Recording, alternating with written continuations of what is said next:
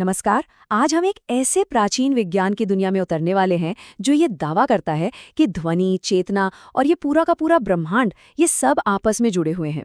ये एक ऐसी खोज है जो मॉडर्न साइंस और पुराने ज्ञान के संगम पर खड़ी है। तो चलिए कार्ल सेगन की इसी बात को ध्यान में रखते हुए हम एक खुले लेकिन क्रिटिकल दिमाग से इस विषय की पड़ताल शुरू करते हैं।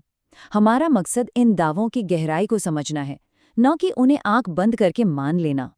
तो ये पूरी चर्चा एक बहुत ही दिलचस्प सवाल से शुरू होती है। आज हमने मटेरियल और साइंटिफिक तौर पर अविश्वसनीय तरक्की कर ली है ना? लेकिन फिर भी हमारी मॉडर्न लाइफ में अक्सर एक आध्यात्मिक खालीपन सा क्यों महसूस होता है? अब ये स्लाइड जो दिखा रही है वो एक तरह से चौंकाने वाली तुलना है। एक तरफ तो हमारी अभूतपूर्व भौतिक सफलता है और दूसरी तरफ इस स्रोत के अनुसार उदासीनता, विश्वास की कमी और नैतिक मूल्यों का गिरना है। ऐसा लगता है मानो बाहरी दुनिया को जीतने की इस दौड़ में हम अपने अंदर की शांति को कहीं पीछे ही छोड़ आए हैं। और यहीं पर यह सवाल उठता है कि अगर ये मॉडर्न तरक्की हमें अंदर से पूरा नहीं कर पा रही है, तो क्या इसका जवाब किसी प्राचीन विज्ञान में छिपा हो सकता है, जैसे कि मंत्र विज्ञान में? तो चलिए अब इसमें थोड़ा और गहराई से उतरते हैं।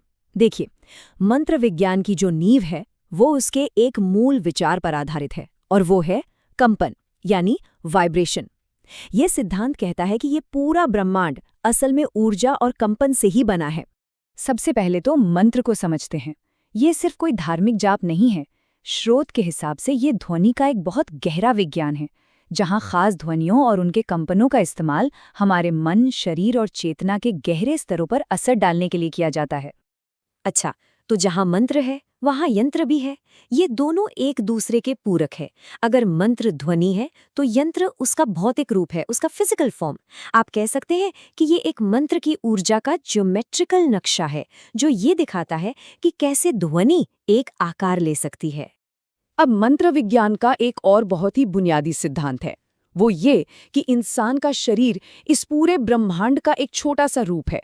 मतलब जो नियम और ऊर्जाएं इस विशाल ब्रह्मांड में काम कर रही हैं, वही हमारे अंदर भी मौजूद है। अब हम इस विज्ञान की और गहराइयों में उतरते हैं, जहां शब्द की अवधारणा सामने आती है। ध्यान दीजिए, ये कोई साधारण ध्वनि नहीं है, बल्कि वो मौलिक, वो कॉस्मिक वाइब्रेशन है जिससे इस सिद्धांत के अनुसार पूरी सृष्टि, पूरा यूनिवर्स बना है। और जब ये मौलिक शब्द वाइब्रेट करता है तो उससे जो निकलता है उसे नाद कहते हैं, यानी ब्रह्मांड का संगीत।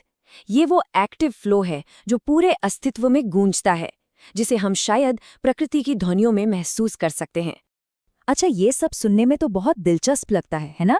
लेकिन सवाल ये है कि क्या इसका कोई भौतिक आधार भी है? क्या कोई फिजिकल प्रूफ है? तो स्रोत हमें कुछ बहुत ही दिलचस्प एक्सपेरिमेंट्स की ओर ले जाता है जो इन सिद्धांतों को दिखाने की कोशिश करते हैं। देखिए, सबसे बड़ा सवाल तो यही उठता है, क्या ये सिर्फ एक फिलोसॉफिकल आइडिया है या क्या हम सच में ध्वनि को आकार बनाते हुए देख सकते हैं?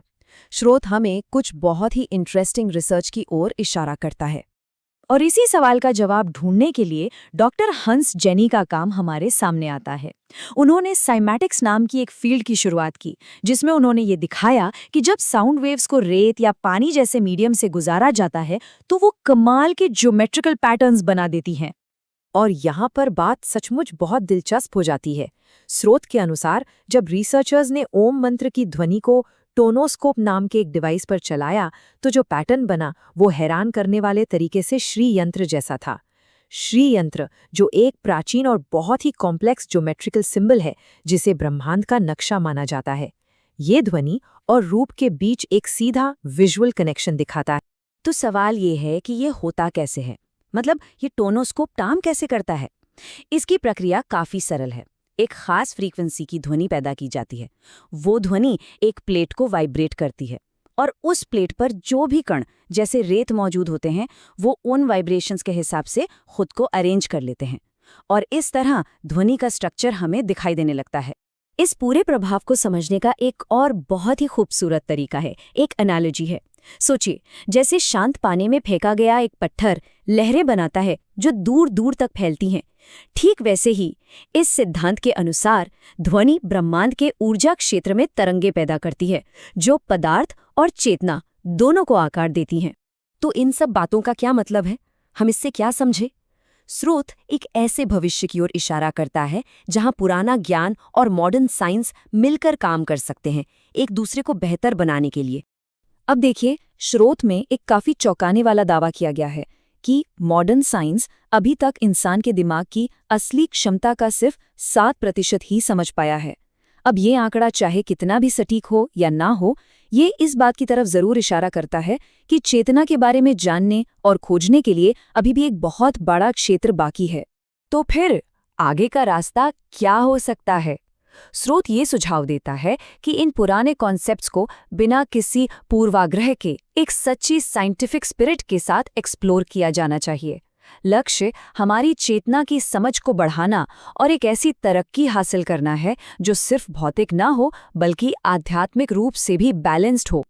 और इस पूरी बात को समेटने के लिए एल्बर्ट आइंस्टाइन का ये कोटेशन बिल्कुल सटीक लगता है। ये हमें याद दिलाता है कि खोज की जो भावना है, जो इस ब्रह्मांड के स्ट्रक्चर को देखकर हैरान होने की जो फीलिंग है, वही तो साइंस और स्पिरिचुअलिटी दोनों के दिल में है। तो आखिर में हम इस एक बड़े और गहरे सवाल के साथ इस चर्चा को यहीं खत्म करते हैं। क्या ये मुमकिन है कि ब्रह्मांड की सबसे गहरी सच्चाई एक बहुत ही सरल सिद्धांत यानी कंपन में छिपी हो? ये एक ऐसा सवाल है जो हमें और जानने के लिए जरूर प्रेरित करता है।